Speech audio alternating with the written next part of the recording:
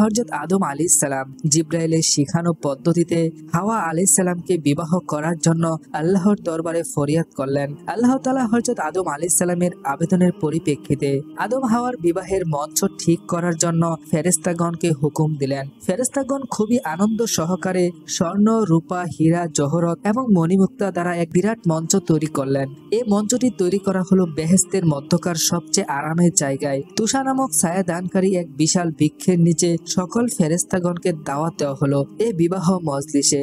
আল্লাহ তাআলা আরশ থেকে এই মঞ্চ পর্যন্ত সব পর্দা উঠিয়ে দিলেন, যাতে সব ফেরেশতা এবং আদম হাওয়া যেন বেহেশতের মধ্যকার সবচেয়ে অধিক তৃপ্তিকর জিনিস আল্লাহ তাআলার দিদার লাভ করে অশেষ আনন্দ উপভোগ করতে পারেন। অতঃপর আল্লাহ তাআলা স্বয়ং সংক্ষিপ্ত খুতবা দান করে বিবাহের কার্যক্রম সমাধা করে দিলেন।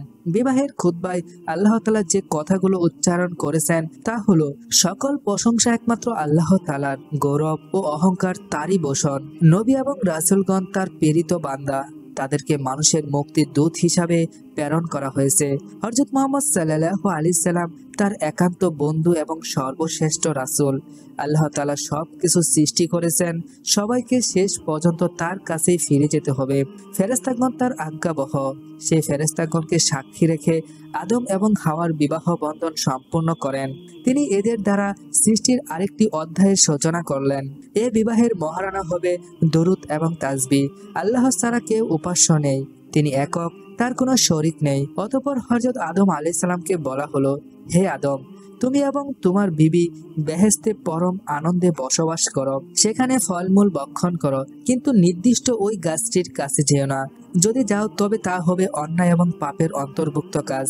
অতএব তোমরা সাবধান থেকো, শয়তান তোমাদের পরম শত্রু। তোমাদের উপর আল্লাহর রহমত এবং বরকত নাজিল হোক। হযরত আদম এবং বিবি হাওয়া বিবাহ অনুষ্ঠানের পরে পাঠ করলেন, হে মহান প্রভু, আমরা আপনার গুণগান করে জীবন কাটাতে চাই।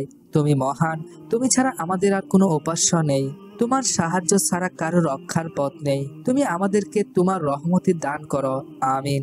বিবাহের পরে হযরত আদম আলাইহিস সালাম বিবি হাওয়াকে স্পর্শ করার জন্য যখন অগ্রসর হলেন, তখন তাকে বাধা দেওয়া হলো এবং বলা হলো, প্রথমে বিবির মহারানা আদায় করো, তারপরে তাকে স্পর্শ করো। তখন হযরত আদম আলাইহিস সালাম বললেন, হে খোদা, আমি কি দিয়ে এই মহারানা আদায় করব?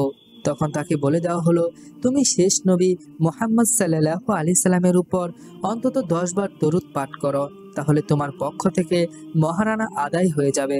তখন হযরত আদম আলাইহিস সালাম 10 বার দরুদ শরীফ পাঠ করলেন এবং নবী মুহাম্মদ সাল্লাল্লাহু আলাইহি সাল্লামের কালেমা পাঠ করে তার দ্বীন গ্রহণ করলেন এবং মানব জাতির মধ্যে সর্বপ্রথম হযরত আদম আলাইহিস সালাম নবী মুহাম্মদ সাল্লাল্লাহু আলাইহি সাল্লামের উপর ঈমান আনেন এবং তার উম্মতের অন্তর্ভুক্ত হয়ে যান।